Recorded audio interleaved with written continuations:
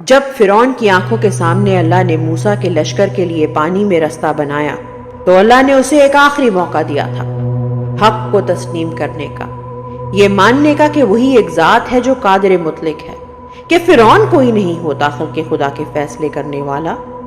مگر فرعون اپنی طاقت کے غرور میں مست چلتا گیا، اس کے تکبر نے اسے سامنے کی حقیقت نہیں دیکھنے دی، یہ حقیقت کہ اللہ تعالیٰ لا الہ الا اللہ پر ایمان رکھنے والوں کی پشت پر ہے، یہ کہ اس کی خدائی جھوٹ پر کھڑی ہے۔ وہ اپنی گمراہی میں اس حد تک چلا گیا تھا کہ وہ خود کو ملنے والے آخری موقع کو بھی نہیں جان سکا۔ موسیٰ کے لشکر کے سامنے بھی تو ایسا لمحہ آیا تھا کہ جدھر دیکھو وہ نعوذ باللہ اللہ کی کبریائی سے مایوس ہو کر اس کی حکمت پر سوال اٹھاتے، پیچھے خدائی کا دعوے دار، آگے لپکتی لہریں، نہ آگے جا سکتے تھے نہ پیچھے مڑ سکتے تھے تو وہ بھی انسان۔ ایک لمحے کو شاید انہوں نے بھی سوچا ہو کہ ان کے سفر کا انجام بس یہی تھا، مگر کیا چیز تھی جو انہیں فرعون کے لشکر سے مختلف بنا رہی تھی؟ ایمان کا تقاضا تھا کہ وہ اپنا سر جھٹک کر اللہ پر بھروسہ رکھ کر آگے بڑھتے، کہ وہ اپنی ریالٹی کو کنفرنٹ کرتے کیونکہ وہ حق پر تھے۔ فرعون کی فرعونیت اور اہل ایمان کا انجام صرف اس ایک لمحے کے فیصلے پر مربوط تھا، وہ ایک لمحہ جس میں فرعون نے اپنے تکبر میں رکنے سے انکار کیا، وہ ایک لمحہ جس میں اہل ایمان نے کسی وسوسے کو دل میں جگہ نہ دے کر جھکنے سے انکار کیا۔ اس ایک لمحے نے دونوں لشکروں کا انجام لکھا۔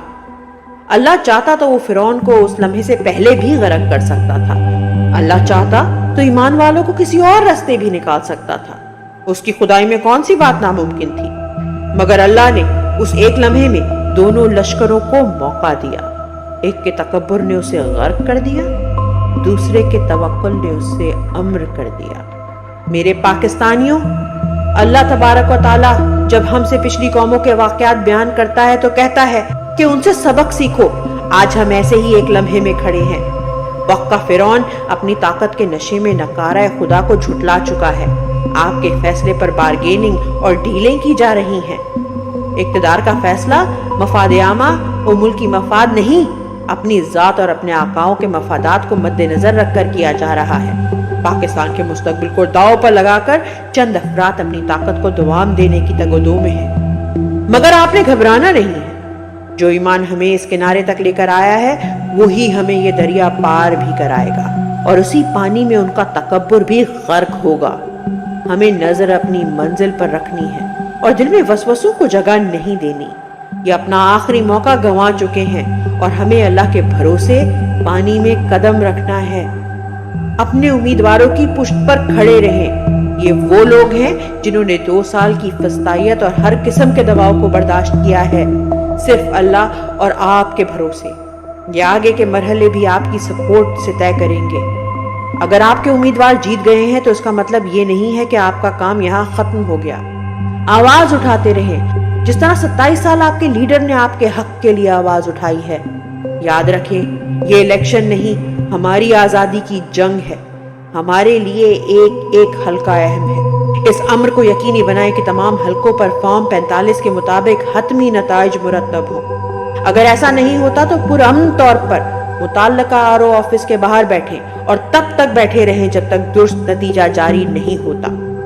میں جانتا ہوں ہم میں سے بہت مایوس ہو رہے ہوں گے، بہت سو کے ذہن میں یہ ڈالا جا رہا ہوگا کہ تمہارا اختیار بس یہیں تک تھا، مگر یاد رکھیں بحیثیت قوم ہماری زندگی موت کا فیصلہ اس لمحے نے کرنا ہے۔